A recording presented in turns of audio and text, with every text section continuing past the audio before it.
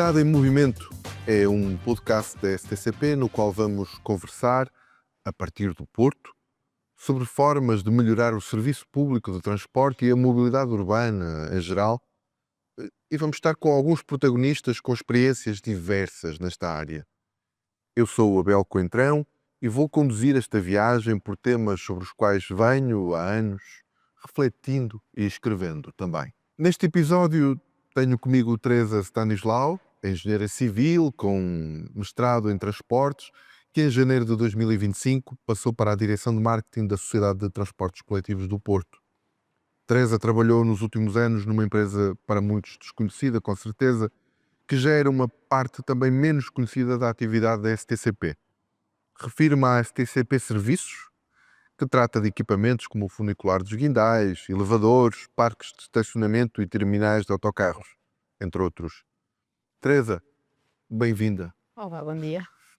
Antes de mais, gostava que me falasse um pouco do seu percurso pessoal e profissional. Eu tenho esta curiosidade com as pessoas porque acho sempre que os transportes não são propriamente aquele tipo de vocação para a qual sejamos assim muito educados quando somos crianças, não é? Sim, nenhuma criança, mas não conheço nenhuma que diga que o sonho dela é ser motorista de autocarro ou maquinista de um comboio.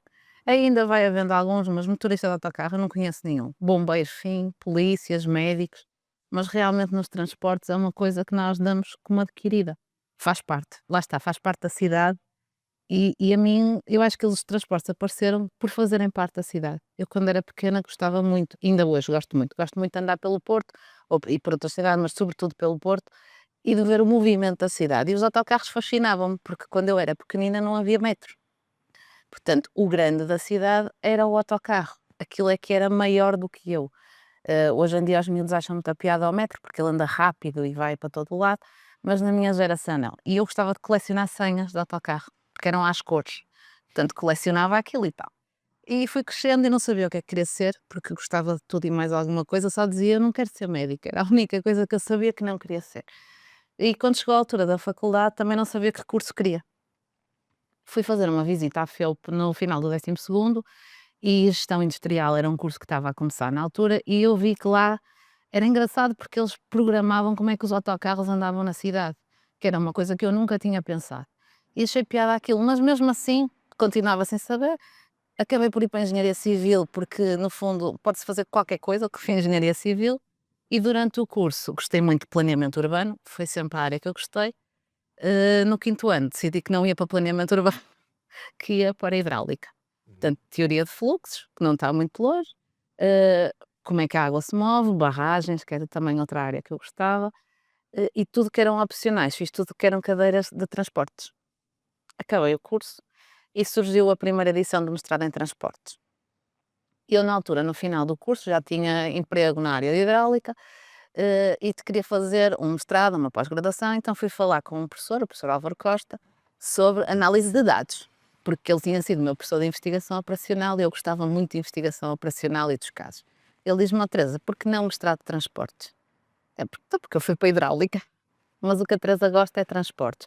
Não quer vir? "Ah, mas eu já tenho emprego." "Não seja por isso. Tenho aqui uma lista, escolha onde é que quer estagiar." E foi assim que eu embarquei naquilo que ao fim e ao cabo eu gostava desde pequenina. E fui para a TIP, fiz o estágio na TIP, que ninguém sabia o que era, eu tinha que explicar o que era a TIP. É mais ou menos como a STCP É Serviços. mais ou menos, portanto eu passei por coisas que ninguém sabe o que é que são. Na altura, o trabalho que eu fui fazer para a TIP era a integração dos operadores privados no sistema andante. Foi naquele boom, só havia o andante nessa fase, em 2003, 2004, só estava na Metro, começava a estar na STCP, na CP os privados era uma miragem, e portanto eu fui fazer o levantamento de todas as redes de transporte público dos operadores privados, na área metropolitana. Isso é um trabalho de Foi um Hércules, trabalho assim, foi um trabalho giríssimo. Passei horas e horas em paragens à espera do próximo autocarro. porque nem sequer nessa altura, e é um problema que ainda temos que atacar também neste domínio, que é os dados, não é? A informação sobre o Não que havia existe. informação, os operadores tinham muito receio em partilhar a informação. O segredo ainda era. Era o segredo, era a alma do negócio. Aliás, depois, durante essa fase, já no final do estágio, já depois do estágio, foi feito um trabalho que era, na altura, para a autoridade, houve uma primeira intenção de uma autoridade de transportes, e eu fiz parte de um trabalho que era precisamente estudar o modelo de integração desses operadores. E era muito engraçado, eu tinha um computador que só podia usar para aquele trabalho, porque os dados eram secretos. Portanto, tínhamos toda essa fase, estávamos a integrar num sistema com partilha de receita, mas os dados eram secretos. Havia este segredo todo. Depois eu terminei o estágio, terminei a tese de mestrado, e a minha tese de mestrado é relacionada com interfaces de transporte público, que na altura em Portugal quase ninguém falava. Aliás, a grande dificuldade era um caso de estudo.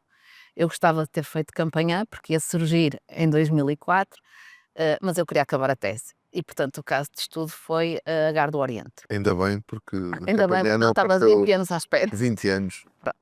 Foi a Gar do Oriente, na altura, com muitas deficiências, porque a tese o que faz é avaliar como é que estes espaços se comportam para o passageiro. Depois fui para o Departamento de Exploração da Metro do Porto, que foi um projeto muito giro, que no fundo foi o arranque todo da operação do sistema de metro. Quando eu cheguei lá, as primeiras linhas já tinham começado, mas era aquela coisa de, ok, toda a gente queria andar, o metro era novidade, mas era preciso criar novos serviços. As linhas são estanques, mas mesmo assim consegue-se criar. Apanhei muitos desafios, como falta de frota, até virem os TTs, já não chegavam os veículos para tudo. Os TTs, para quem... É o tram-trem. O tram-trem, O tram-trem aqueles é a que fazem- segunda geração, a segunda são os que fazem geração, a Póvoa que fazem a Póvoa e Maia e também, Maia também, os percursos mais longos. os mais longos, os que parecem mais comboio do que metro. Apanhei essa fase, tive toda essa área da operação, e estive lá de 2006 mais ou menos até 2015. Portanto, foi toda uma evolução profissional da empresa e que já chegava. Então, em 2015, eu andava à procura de novos desafios, e a então vereadora da Mobilidade e Transportes, a doutora Cristina Pimentel, desafiou-me a ir para a Câmara do Porto para pegar num projeto muito específico, que era o programa do terminal em Campanhã. Hum, E está bem, pronto, é um programa muito específico, mas na primeira conversa que nós tínhamos, afinal, não era só aquilo. Também havia um plano de mobilidade urbana sustentável que era preciso andar, um plano estratégico de desenvolvimento urbano e todas N coisas, e aquilo que eu achava que ia para lá por um ano ou dois, fiquei lá até 2022. Sim.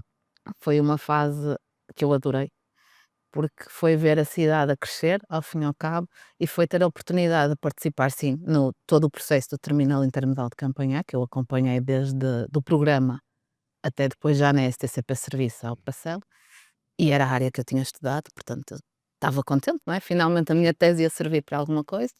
Foi a regulação dos circuitos turísticos, foi a entrada das trotinetes, no fundo, foram anos de vida na cidade e de mobilidade na cidade, e que eu tive a oportunidade de acompanhar e gostei muito. Depois veio a STCP Serviços, que foi, ao fim e ao cabo, acompanhamos todo este processo, este reestruturar, que às vezes as pessoas não se apercebem, é normal. E, ok, mas então há todo um ecossistema da mobilidade, como é que este ecossistema se pode sustentar? Porque aquilo que acontece na maioria das cidades é que os parques de estacionamento, os terminais, as paragens, uhum, está perdido naquilo que é a cidade sim. e não tem um olhar dedicado. E há ali muita coisa que, primeiro, precisa de um olhar dedicado para ter um serviço que se adequa às necessidades do utilizador de um sistema de transportes, porque aquilo, ao fim e ao cabo, faz parte de um sistema. E depois também tem uma componente, é que alguns deles dão receita que permitem alimentar o outro. E, portanto, há que isolar aquilo. E assim surgiu a STCP Serviços e o projeto STCP Serviços, no qual eu fiz o arranque, e foi isso. A STCP Serviços o que faz é gerir, no fundo, estes pontos de entrada na rede Sim. Entrada e saída. e saída. Depois disso apareceu o marketing da STCP, lá voltei eu aos autocarros da infância Uhum. e que eu tanto gosto, e agora é um novo desafio. Em todo caso, quer dizer, esse conhecimento acumulado vai acabando por servir para o sempre que vem por diante, não é?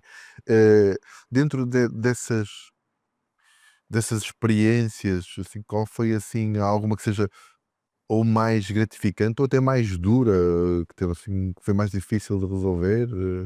Eu tenho dificuldade em escolher uma só. Hum, mas do ponto de vista positivo Não, do ponto de vista positivo, eu por norma sou muito positiva. Sim, Eu acho sim. que sou uma pessoa com imensa sorte em termos profissionais, porque eu para quem não sabia o que queria, conseguiu fazer sempre aquilo que gostava. E portanto, eu há 3 projetos que, por diferentes motivos, para mim, Sim. eu destaco. Um é sem dúvida o projeto de estágio e do levantamento das redes dos operadores privados. Foi muito duro em termos de trabalho de campo, mas, deu-me muito conhecimento e permitiu-me perceber como é que as coisas funcionam de outra forma. Foi um privilégio, sem dúvida que foi.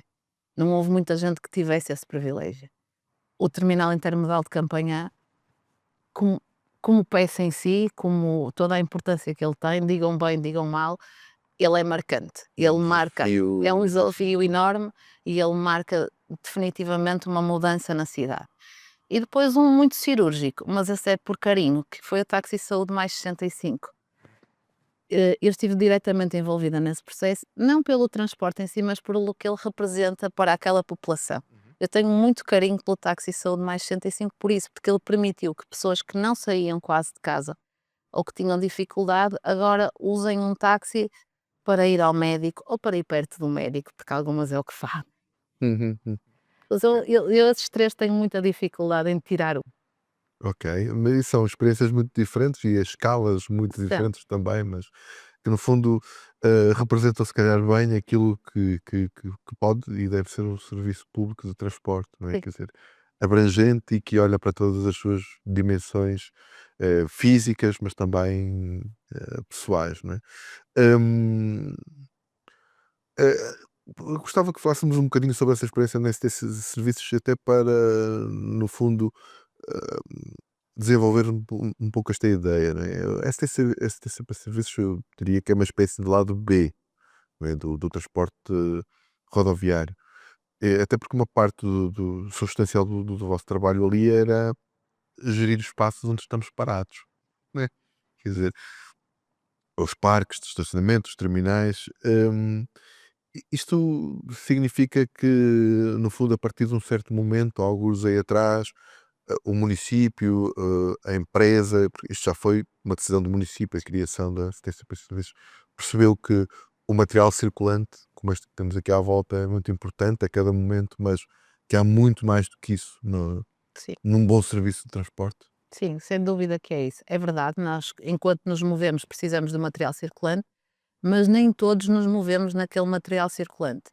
E muitas vezes o que nos impede de chegar ao material circulante é o ponto de embarque ou o ponto de desembarque nesse sistema. Se nó lá está, é tudo uma rede, a rede tem nós. Esses nós, sem dúvida que são terminais ou parques de estacionamento. Eu acho que as pessoas muitas vezes entram naquela coisa do transporte individual versus transporte público. Eles não têm que ser inimigos, eles têm que ser complementares. E, portanto, um parque de estacionamento tem a sua importância. Se eu conseguir estacionar o meu carro, é porque eu estou predisposto a andar a pé, a andar de bicicleta ou a andar de autocarro, de metro, de comboio. Portanto, eu tenho que proporcionar às pessoas parques com condições para isso, para poder deixar a viatura. Assim como nos terminais. O terminal nem toda a gente chega a uma paragem, aliás, poucas pessoas chegam e têm lá logo um veículo para viajar. E precisam de informação e às vezes chegam de uma viagem e estão cansadas e não têm logo o seu destino final por qualquer motivo. Portanto, elas têm que ter condições para dar início a essa viagem ou para a terminar, muitas vezes. E foi um bocado essa a leitura que o município na altura teve, que foi: sim, senhor. Está feito um investimento na frota, isto a nível da STCP, estamos a descarbonizar, a modernizar, a tentar. Mas, então onde é que eles param? E os que vêm de fora? E os expressos, que entretanto o que acontece é que neste processo todo há uma liberalização a nível da lei dos expressos, portanto começamos a ter muito mais oferta, aliás é um fenómeno muito engraçado de perceber que o terminal de Campanhã eh, de repente, muita gente se lembrou de viajar de expresso, pessoas que nunca viajavam, pessoas que raramente saíam, pessoas, por exemplo, temos reformados ou pessoas que estão em casa sem fazer nada e que de repente lembram-se: hoje vou a Braga", e vão ao terminal e apanham um expresso, porque agora conseguem chegar e ter essa Chegar lá, os autocarros de metro. de autocarro ou de metro ou como elas quiserem Sim, sim, e sim. tenham lá e tenham um preço razoável, que era outra coisa, e sabem onde é que vão perguntar, por muito confuso que às vezes digam que possa ser, têm essa oferta. E é um fenómeno muito interessante, é que nós hoje em dia, se nós olharmos para os números, em 2024, o terminal de Campanhã movimentou 10 milhões de pessoas. Estamos a falar de mais do que os 3 aeroportos da Galiza. é uma coisa, e as pessoas não têm consciência de estas pessoas precisavam daquilo, precisavam de um ponto e estavam dispersas. Essa é a importância de empresas como estas. Se não houver um foco dedicado a este tipo de serviço, ele perde-se. Ao perder-se a própria rede, lá está a própria frota, para que é que ela vai servir se as pessoas não chegam lá? Sim, sim, sim, sim. O Isso leva a uma outra pergunta que tem a ver um pouco com isso também, que é: há múltiplas barreiras que nos impedem de utilizar mais o transporte público, não é? Há uns anos falava-se muito do preço. Parece-me, isto é uma opinião pessoal, que com as medidas que foram sendo tomadas, o preço tornou-se menos relevante, ainda que deva ser, se calhar, para algumas pessoas. Muitas vezes também falamos da cobertura da rede, quer dizer, onde é que o autocarro chega, se chega à minha rua, se não chega, porque, inclusivamente, na vossa área vocês têm, no fundo, métricas sobre qual é a distância razoável, não é? Que uma pessoa tem de ter uma paragem para ir ter um autocarro. Hum, e também a questão dos horários, ou seja, uma abrangência não apenas geográfica, mas também horária, não é? Até que horas tenho eu um autocarro que me sirva? Ou podemos, na verdade, culpar apenas ainda e só a cultura, a nossa cultura de mobilidade, que mudou muito, como sabemos, nos últimos 30 O que eu anos. vou vendo, lá está, da minha experiência, o que eu vou conseguindo ver é que há um misto. É verdade que o preço, baixou, para muitas pessoas baixou, para outras manteve-se, mas deixou de ser tanto uma barreira pelo valor em si. Eu acho que ele acabou por criar outra barreira, que as pessoas às vezes não pensam. Nós, se baixarmos muito o preço ao transporte, mas não oferecermos mais transporte, vamos torná-lo, Mais desconfortável. muito desconfortável e isso é um risco. E nós muitas vezes pensamos: "Ok, vamos baixar o preço e vamos trazer as pessoas, ou vamos criar promoções, ou vamos torná-lo gratuito".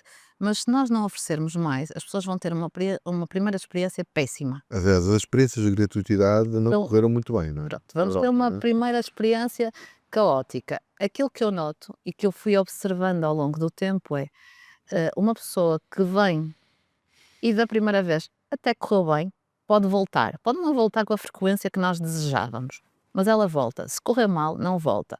Se correr mal repetidamente, ou seja, aquele utilizador que já utilizava o transporte público e de repente, porque estes todos lembraram-se agora de vir, descobriram, assim que puder vai fugir. E o que eu noto é, cada vez que há um abandono assim em vaga de transporte público, nós demoramos mais ou menos 10 a 15 anos a recuperar os números. Tivemos o caso da Covid por motivos Esse alheios foi alheio. à empresa. E o que sentimos na Covid é que estão a voltar lentamente, mas há determinados grupos da população que ao início ainda tinham receio. Também criou-se muito o transporte público foi o mal da fita na Covid. Durante uma fase foi. Foi, porque iam todos juntos, porque isto e entretanto coincidiu com o surgir de alternativas. O que é que aparece junto com a Covid, isto desviando um bocadinho a nossa conversa. Quando aparece a Covid e lá está, o transporte público é um sítio péssimo porque está contaminado, embora tenham feito todos os esforços e mais alguns, O que se de gastou em detergentes é só. em detergentes, em barreiras, em tudo e mais alguma coisa, aparecem ao mesmo tempo as plataformas de TVDE. Sim, em força. Em força, Estavam. é o boom, elas estavam a começar a surgir, mas elas são muito alavancadas com esse fenómeno. E pessoas que tinham receio de andar num sítio que até era higienizado, de repente vêm-se a chamar um carro porque acham que é mais seguro, embora não saibam que medidas é que são tomadas lá dentro. É uma coisa um bocadinho irracional, É um contrassenso, não é? mas foi o que aconteceu. Eu vejo muito isto. Houve muita gente que fugiu do transporte público para soluções de plataformas, precisamente nessa fase. E depois é confortável, lá está, não está cheio de gente. O preço, às vezes nem notam, porque aquilo vai saindo, muitas vezes não é da conta do Não é, próprio, é da conta alheia, não é pago na hora, não é pago na hora. não é à vista. E depois é confortável, aparece na hora em que eu chamo e há sempre. E portanto, esses são os fenómenos que o transporte público também tem que pensar um bocadinho. Eu não devo criar algo que se assemelhe a isto. Claro que eu não consigo ter um autocarro, um metro naquela hora em que quero. Mas quanto mais eu vir, quanto mais ele fizer parte do meu dia a dia, eu esbarrar com um veículo de transporte público, em algum momento eu vou me questionar, mas porquê é que eu não entro? E eu acho que essa é uma das barreiras. A oferta de transporte público, em determinado momento, tem que parecer excessiva, porque ela vai se equilibrar. Nós muitas vezes temos receio, somos um país poupadinho em algumas coisas, é aquela teoria muito, não, não, este chega, em vez de darmos uma oferta de 10 em 10 minutos, vamos dar uma oferta de 20 em 20 ou de 30 em 30, porque chega para a procura que nós temos. Sim, Mas o que é que nós queremos? É esta procura ou queremos potenciar mais? estamos, isso faz-me lembrar um título de jornal em tempos que acusava uma câmara de criar uma rede de ciclovias quando tinha muito poucos ciclistas. Ciclistas. Como se Claro. aquela rede fosse criada para aquelas pessoas. Se não houvesse ali uma vontade De ter mais, porque se ter as mais. pessoas têm que ter condições para usar, se não tiverem, e cada vez mais as pessoas são exigentes. Sim. Não se contentam com qualquer coisa, portanto, nós vamos ter que ter essa rede, é uma barreira, a rede tem que circular. E, portanto, para a rede circular, aquelas pessoas que andam de carrinho vão ter que, de alguma forma, ser impedidas ou dificultar-lhes um bocadinho a vida no andar do carrinho. Por isso é que há os parques, que falávamos há bocadinho, para elas deixarem os carros. Cá temos que ter mais parques periféricos, temos que ter mais ruas para peões e para permitir canais com corredor base, corredores de alta qualidade, que permitam, lá está, que o autocarro circule e que pareça que há mais do que aquilo que há. Porque se o autocarro circular, nós temos aquela sensação que há mais autocarros. Sim. Hoje temos uma sensação estranha, muitas vezes, muito provocada pelo trânsito, que é de passarmos muitos minutos sem o autocarro e de repente aparecem três Seguidos colados um com o no mesmo outro. número, não é? E nós pensamos, isto mas é um comboio de 900, ou lembramos um número qualquer, susto, a apanhar. E é mau, não é? É péssimo. Eu Mau. faço muitas vezes esse exercício. Eu, infelizmente, agora ando mais de carro do que andava no passado, porque tenho 2 filhos pequenos e automaticamente a minha rotina levou a isso. Detesto, mas é assim. E o que eu faço muitas vezes é, durante os meus percursos, eu vou olhando e vejo com quantos autocarros é que eu me cruzo na cidade. E muitas vezes não me cruzo com muitos, porque eles estão parados alguns no meio do trânsito, Eles estão lá, na entrada, mas eles estão não lá, estão, eu é. sei que eles lá estão, não estão é à vista. Muito bem. Eu quando entro num autocarro, tenho por costume, não sei porque é que é, a Teresa conta autocarros na rua, eu quando entro começo a olhar para as pessoas e a tentar contar, a tentar perceber a condição social, não é? E no fundo não é para avaliar ninguém, é muito a desejar encontrar ali pessoas que não que estejam lá dentro por opção e não estritamente por necessidade. Eh, eu não sei se isto é um enviesamento meu, mas quer dizer, ainda persiste essa ideia de que o autocarro é um transporte para quem não tem opção, para gente mais pobre e remediada.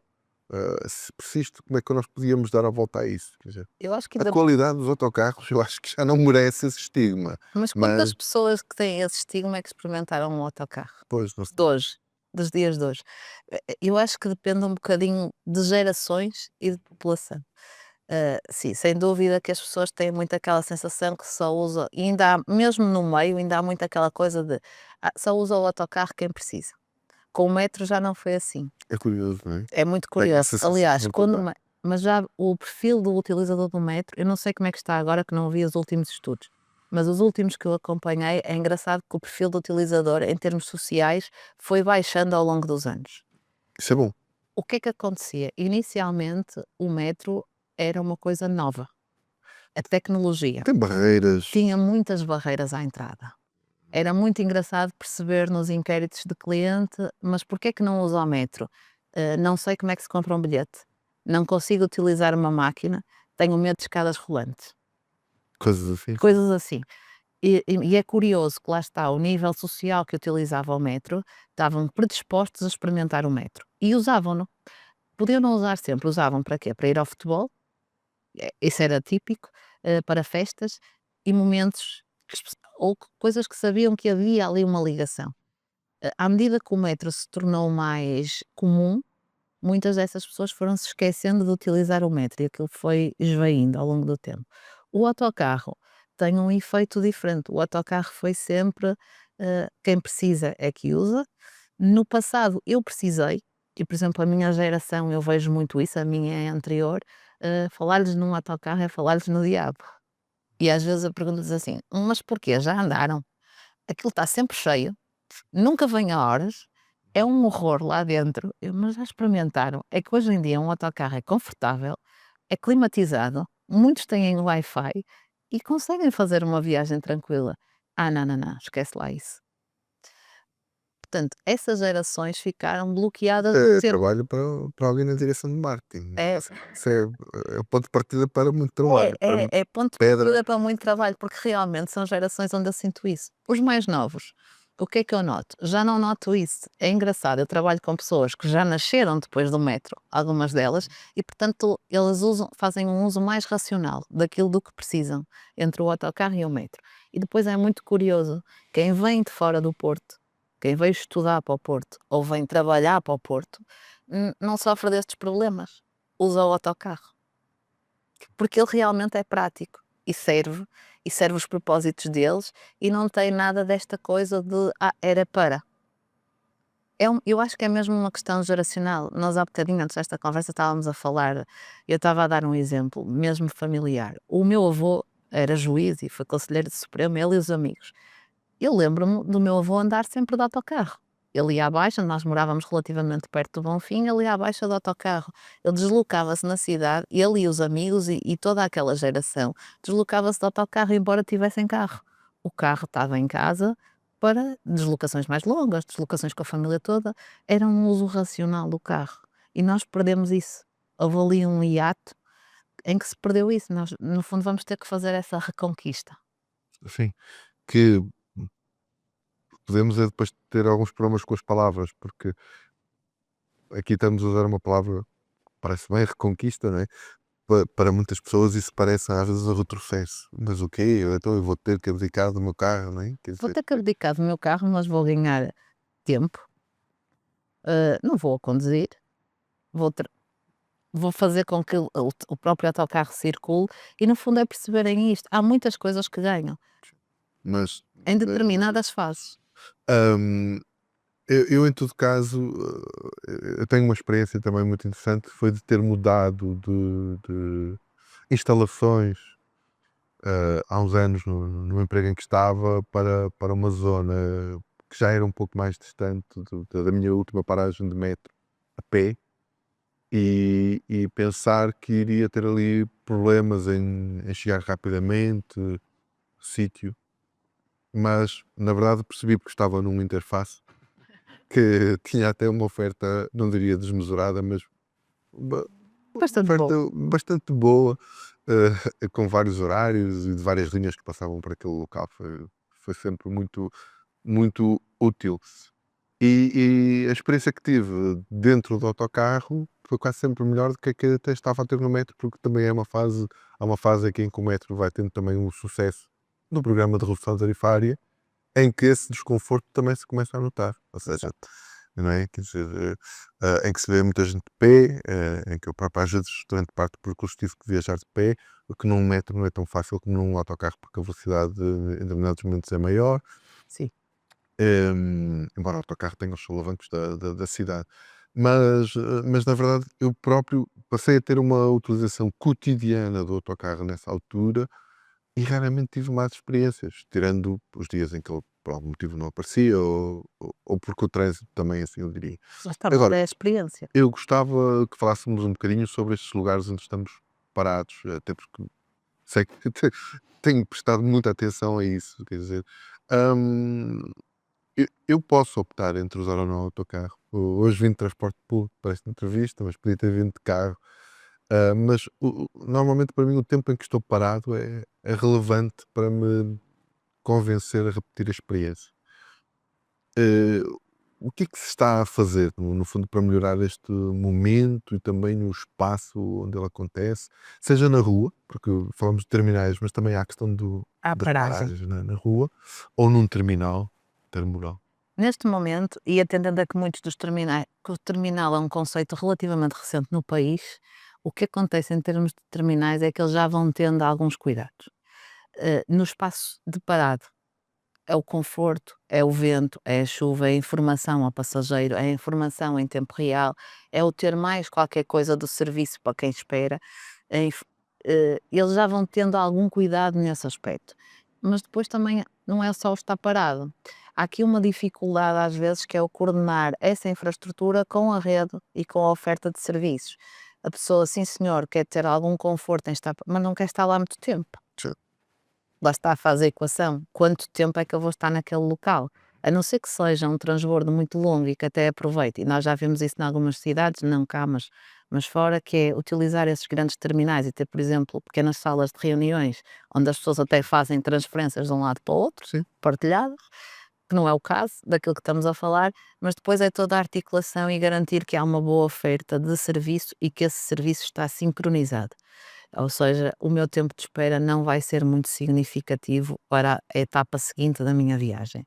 Em termos de paragens, aquilo que acontece é, nós temos aqui dois, no fundo, dois níveis, é o nível do conforto físico e térmico, e que temos as questões da chuva e do vento, e que surgiu agora numa data de municípios com a mudança dos abrigos, e porque é que os abrigos são ao contrário, que é uma coisa muito polémica, em alguns sítios os abrigos são ao contrário, porque efetivamente é a forma de haver espaço, porque depois as pessoas também têm que circular, por exemplo, com uma cadeira de rodas por Sim. trás do abrigo, que neste caso é pela frente. É toda uma ciência. É toda uma ciência, às vezes é toda uma ciência, outras vezes é só porque calhou, mas há tudo isso. O desenho do abrigo muitas vezes passa mais por questões arquitetónicas e da publicidade e das empresas de publicidade, e é uma coisa que eu acho que nós vamos ter que pensar para a próxima geração de abrigos, porque agora, pronto, os concursos correram e é o que Claro, e é temos. é o que há. É o que temos, mas tentarmos melhorar nessa lógica, e depois aquilo que nós estamos a tentar fazer, e isto já mais na rede da STCP, é ter a informação, o máximo de informação em tempo real naquelas paragens. Eh, as pessoas querem chegar lá e perceber quando é que vem o meu autocarro, ou que opções de autocarro é que eu tenho. E no fundo, este tempo de paragem é minimizado. Uhum. Eu, há uns anos, numa entrevista com uma pessoa que estava a trabalhar na altura para a Transport for London, a Lucy Saunders, ela desenvolveu em Inglaterra um conceito muito interessante que eu ainda continuo a acompanhar, que é o Healthy Streets, ou ruas saudáveis. Ela tinha dupla formação em Geografia e Saúde Pública. Isso foi muito interessante porque, na verdade, ela trabalhava para encontrar formas de promover, digamos, a saúde das pessoas no espaço público e, ao mesmo tempo, com o objetivo de, com isso, alimentar o próprio transporte público. Ou seja, se as pessoas caminhassem mais, achava ela, era muito provável que depois, a partir de determinadas distâncias, usassem mais o transporte público.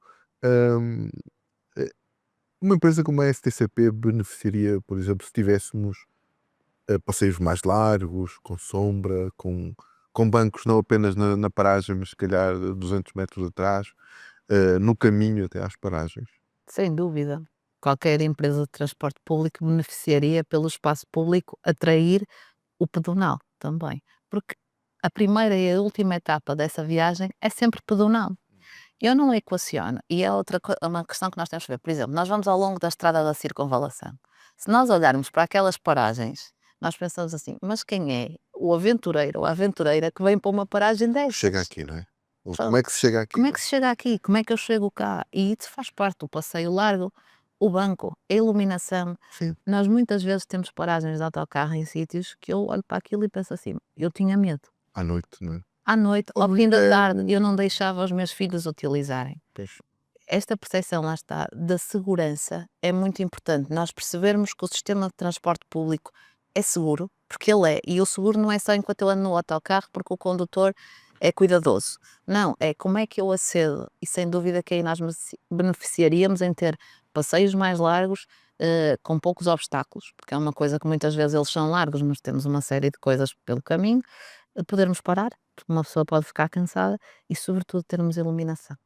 Sim, eu não coloquei aqui iluminação, mas Mas faz muita diferença. sim, na percepção de segurança. Na Hoje estamos muito percepção, percepção. na percepção de segurança e na própria segurança em si de segurança. Cria Claro. oportunidades e riscos, não é? E nós vemos, nós temos mesmo paragens, e não são só da STCP, de todas as redes de transporte, em sítios que o passeio não tem condição, às vezes nem passeio tem. Pois. Mas aqui há outra questão. Muitas vezes não temos passeios porque quem Temos carros planeou, estacionados. quem planeou as nossas cidades, no fundo, deu muito prioridade. Eu acho que quem planeou as nossas cidades parece que tem formação hidráulica. Porque olha para tudo isto como um fluxo, um tubo onde as coisas têm que passar, e então para passar, quanto mais largo for o tubo, quanto mais larga for a secção do É tubo, verdade. mais água passa. A questão é que pensamos normalmente num tipo de água vamos voltar aqui às Ai, nossas imagens mais gráficas, estamos a passar no automóvel. Ou seja, muitas vezes não temos passeios porque naquela rua temos ou uma faixa para estacionar ou uma sim, faixa para e muita circular, não é? ou temos carros estacionados, também é a outra coisa, E às vezes mal estacionado. nós temos muito estacionamento. Eu lembro-me há uns anos, já há uns anos largos, houve aqui um encontro da UITP, de uma série de estudiosos de vários E tem países, que vamos explicar às pessoas, é a União Internacional de Transporte Público, e tiveram cá a fazer uma visita precisamente sobre terminais. Ainda não havia campanhã nem nada disso, mas eles queriam perceber o que é que Portugal estava a fazer nessa. E então, no final, eu estava a falar com umas pessoas, então estava lá uma senhora que era da Suécia, ela vira-se para mim: explique-me só uma coisa que eu não percebo. Como é que vocês conseguem andar nestas ruas? É que os passeios são muito estreitinhos e tem estacionamento dos dois lados. Para ela aquilo era inconcebível, e estamos a falar numa coisa há mais de 10 anos. Eu hoje ando pela rua e continuo a ver isso em muitas ruas. Nós temos demasiado estacionamento à superfície. E mesmo quando não temos, achamos normal, são só 2 minutinhos. E parar o carro, multiplicados por multiplicados por N carros e por tudo aquilo. Portanto, não só em termos de circulação, e eu acho que em termos de circulação já se fez algum trabalho de estreitar, no fundo, o canal disponível para o carro, mas não é suficiente. Aquilo que foi feito não é suficiente. E depois temos outros fenómenos que não são propriamente dentro da cidade, mas que levam à cidade. Eu todos os dias tenho que fazer a Rua de Faria Guimarães. Todos, ao final do dia. E notei uma coisa: desde que o túnel de Águas Santas ficou pronto, eu apanho muito mais trânsito. Porque de repente abrimos uma boca. abrimos uma torneira. Nós abrimos uma boca de entrada na cidade, Sim. mas que também é saída. E que tem um efeito. Nunca me dei ao trabalho de estudar se isto é mesmo intuitivo, mas eu noto que coincidiu no tempo. Até que ponto é que aquele túnel que permite este escoamento também não nos está a provocar no centro da cidade mais um engarrafamento? Pois, De facto, nós temos que olhar para a nossa canalização. sim, é isso. E se calhar também deixar de pensar nela apenas como canalização, porque nesses espaços, até quem em relação aos passeios, não se prende apenas com a dificuldade de circular, prende-se com a dificuldade de estar. É. A minha experiência e interesse de Não estudo é mais conseguimos. urbanística do que apenas de transportes, ou seja, as nossas ruas, tendo boas praças e locais que temos muito especificamente pensados para isso, nem sequer nos permitem isso, ou seja, o encontrarmos com alguém e estar, às vezes, a segurança na Nós não conversa, conseguimos sem estar a estar com falar o no olho meio de um na passeio. de olho na criança e agarrado pela mão, Não nem conseguimos. pensar em largá-la, não é? Claro. É. Não conseguimos encontrar um amigo e ficar a conversar sem interromper todos os outros que querem passar no passeio, ou sem levar com a água do carro que passou nas pernas. É verdade. Mas isto voltava aqui a uma questão que não aprofundamos, que é, no meio disto tudo, toda a quantidade de carros que deixamos, no fundo, entrar e circular na cidade, e o aumento foi brutal, né, que se triplicou praticamente nos últimos 30 anos, a utilização do carro, né? E isso é muito pernicioso para o transporte público. Nós falamos muito, o autocarro nunca chega à hora de. Sim, ele nunca chega Ele à hora. nunca chega, Mas a mas culpa também é de quem está. a culpa é dos carros, também. Porque se nós não tirarmos de lá os carros, o autocarro não vai passar. Há muito aquela imagem, usa-se muito em tudo o que é coisas de transporte, que é pôr as pessoas e ver no fundo, a fila de quantos carros cabem dentro de um autocarro ou dentro de um metro. E é muito isso. Nós, se olharmos para as nossas ruas, enquanto o automóvel individual, enquanto cada um de nós, Com 1,5, com 1,5, a média, não é? Uma coisa porque assim. nós olhamos para ele, enquanto nós olharmos para e pensarmos: "E agora estão estes todos aqui e nunca vimos, mas eu também cá estou e o meu carro também está a ocupar espaço", e enquanto não os tirarmos da rua ou reduzirmos, o autocarro nunca vai chegar a horas, porque podemos ter imensos autocarros, eles não vão passar, eles não passam por cima dos carros. Por isso. E depois há outra questão que é muito, ainda há bocado falávamos do emprego. Há uma questão que se implementou muito em Portugal e que já veio de outros países e que já deram conta disso. Muitas vezes há muitas empresas que aquilo que fazem ao trabalhador, em vez de lhe darem um aumento, dão-lhe um automóvel. ou até uma avança num sítio para estacionar também, Sim, que traz o carro também. mas muitas vezes é o automóvel e isto é uma coisa muito mais estrutural e de base. A empresa tem mais vantagens em dar um automóvel ao trabalhador, porque tens benefícios fiscais, do que outro tipo de valorização. Nós também temos que pensar um bocadinho a esse E o nível. Estado Aí é o Estado. demora, Mas apesar de depois ser uma baixa o valor. estratégia, não é? O Estado tem uma estratégia, mas têm que ser consonantes. Não podemos baixar o valor do passe naquela lógica do só quem precisa mesmo é que vai utilizar e depois, por outro lado, dar benefícios fiscais às empresas porque, ok, deste um carro ao teu trabalhador. Quando esse benefício, curiosamente, não acontece quando, por exemplo, se dá uma bicicleta, porque ninguém. Pois, É. se calhar devia ser maior. Sim. Ou um Ou existir, ou um passe, ou um passe. Sim, um passe. um passe. E dá, pelo menos de antes, havia empresas que faziam isso. Havia. Agora não sei. Se calhar. E havia acordes, até mesmo no andante, havia o andante Pro, mas entretanto é um produto que com esta baixa, com esta redução, Sim, deixou de terminou. fazer sentido, né? Deixou de fazer sentido. E na verdade nós estamos aqui já a falar um bocadinho de alguns novos protagonistas, ou seja, o carro como está, na quantidade em que está, não vamos diabolizar o automóvel é um veículo incrível e muito necessário em muitas circunstâncias, mas nos números em que os temos nas cidades, e no Porto em particular, quer dizer, ele não afeta só o transporte público rodoviário, quer dizer, ele acaba por competir com, falamos dos peões há pouco, mas falamos também, por exemplo, de pessoas que as há, e se calhar mais do que imaginamos, que gostariam de fazer parte do seu cotidiano na cidade em bicicleta, até porque agora já as temos elétricas e esta questão da orografia Já do deixou de Porto, ser um assunto. já não é assunto, não é? E, ou seja, temos aqui um ecossistema que eu acho que ficou mais complexo, do ponto de vista dos agentes, dos atores, não é? E mesmo também é mais complexo do ponto de vista pessoal, ou seja, porque cada um de nós hoje pode ser isto tudo. Pode ter um carro e até gostar de usá-lo ao fim de semana para sair, poder ter deslocações em que a bicicleta lhe dá mais jeito, mas beneficiar, se fosse possível, de um transporte público eficaz que a leva à outra ponta da cidade. Bem? Agora, como é que esta gestão complexa é mais problemática para quem está, por exemplo, no transporte público? Bem? E é muitas para o transporte público e para a gestão do espaço urbanos, pá, muito por aí. Porque hoje em dia, e aquilo que algumas empresas tentaram, mesmo relacionadas com o automóvel, foi muito começarmos a criar a lógica daquela conta de produtos de mobilidade. Que é muito isto, não é? Porque é como os produtos de telecomunicações. Eu hoje compro um pacote que tem televisão, telefone, e porque é que eu não hei de comprar um pacote que me permite alugar um carro quando eu preciso do carro, andar de transporte, ter uma bicicleta?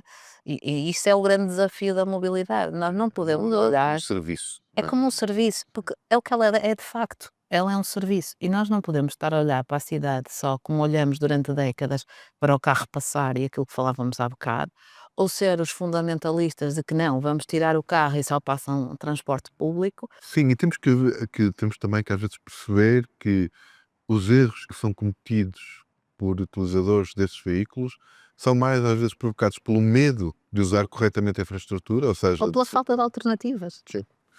É muito isso, porque eu entendo que eles usem, fui sempre contra, insisti, mas às vezes vejo andar e eu digo, de facto, como é que alguém vai andar de bicicleta ou de trotinete no meio desta confusão?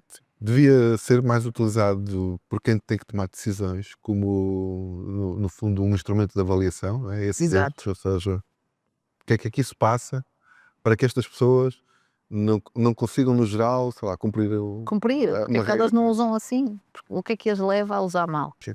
É um pouco por aí. Nós estamos quase a terminar também, estamos aqui a gravar no Museu do Carro Elétrico. Há pouco eu brincava que falta aqui um veículo elétrico da moda, porque carro elétrico hoje em dia quer dizer outra coisa, mas no seu tempo foi isto que vemos aqui, foram trolleys, os elétricos antigos, que alguns ainda circulam. Mas em todo caso a eletrificação, não é? Falta a ganhar relevo no sistema de mobilidade.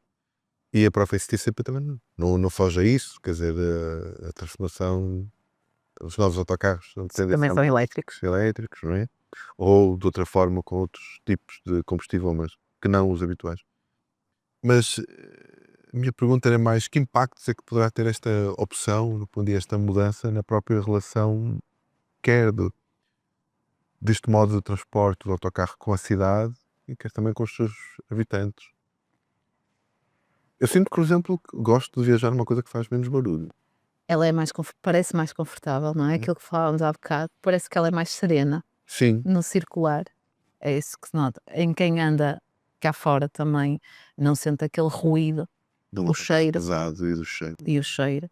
Portanto, nesse aspecto, ele tem um convívio mais simpático e lá está, pode ser mais agradável vê-lo mais vezes. Não dá aquela percepção de é poluente, tanto sonoro como de cheiro, e nesse aspecto eu acho que tem a ganhar.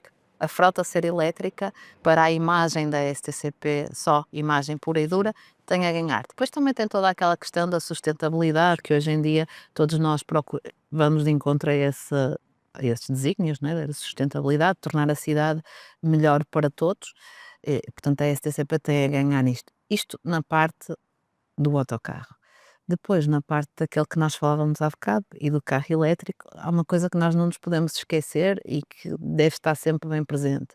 Nós até agora falávamos muito na redução do automóvel pela questão da poluição. É, Nós não nos podemos esquecer que ele ocupa o mesmo espaço. é verdade. Ele vai ocupar exatamente o mesmo Tem espaço. cartazes com engarrafamentos de carros elétricos. E a São iguais. tendência são iguais, fazem menos barulho. E lá está, não cheiram tão mal. E tem mais infotainment, o que é perigoso. Até, se calhar. Exatamente. Portanto, nós vamos ter um bocadinho esta questão. Os autocarros elétricos já vão vencendo algumas barreiras que tinham ao início, da autonomia, por exemplo. Nós não conseguimos fazer determinadas linhas com autocarros elétricos, da capacidade, porque as baterias eram muito grandes e reduziam a capacidade do veículo. Nisso ganhamos. Agora nós temos é que olhar para todo este ecossistema da eletricidade, que é um tema, até porque as cidades, vamos ver até que ponto é que elas vão aguentar com tanto consumo elétrico. Sim, até porque também as próprias casas estão a eletrificar-se mais. As casas são mais Doméstico, eletrificadas, é o conforto doméstico, é a bicicleta, que falávamos há bocado, também é elétrica, é o carro, é o autocarro, é a iluminação pública que vamos reduzindo e depois são todos os gadgets que nós temos. Ou seja, o consumo de uma cidade O consumo de uma cidade é brutal. é brutal. E, portanto, eu acho que nós temos que começar a olhar nisso tudo e ver. E aí a Teresa estava a tocar num aspecto que me preocupa a mim pessoalmente, que é sempre o revés de uma boa solução, que é eventualmente o baixar de preço e a maior acessibilidade do carro elétrico, portanto ele vai se disseminar e ainda bem, mas isso levar a que as pessoas com a consciência limpa, Sim, agora já tenho um carro elétrico, posso voltar a usá-lo mais. exatamente. Eu acho que elas até se vão sentir melhor, porque vai ser aquela coisa, vou abandonar o combustível fóssil, eu abandonei, e isto vai se sentindo. Eu vejo às vezes nas perguntas dos mais pequenos. Hoje em dia as crianças pequeninas tendem a perguntar se o carro é elétrico ou não. E sentem-se reconfortadas. Eu vejo isso se eu lhes disser que o carro onde estão a andar é elétrico. Porque nas escolas aprendem que isso é melhor. Agora, e aí um bocadinho nas políticas, lá está, mais transversais e nacionais, nós vamos ter que pensar, ok, taxamos muitos combustíveis nesta fase, temos um interesse nisso, vamos ter que olhar para a eletricidade e ver muito bem o que é que vamos fazer com ela. E mexer no espaço público, como E estávamos mexer no a espaço fazer, público para que para as pessoas não garantir se- que o espaço público é utilizado como deve ser. Teresa, obrigado Muito obrigada. por estas reflexões e também por nos ajudar aqui a olhar um bocadinho para os desafios um pouco mais futuros do transporte público, que, como percebemos, não é só os autocarros em que nos movemos. Despeço-me também de si, que nos vê ou escuta. Não sem antes, obviamente, lembrar que pode seguir este podcast Cidade em Movimento na página da STCP ou nos serviços de streaming habituais. Obrigado, Tina.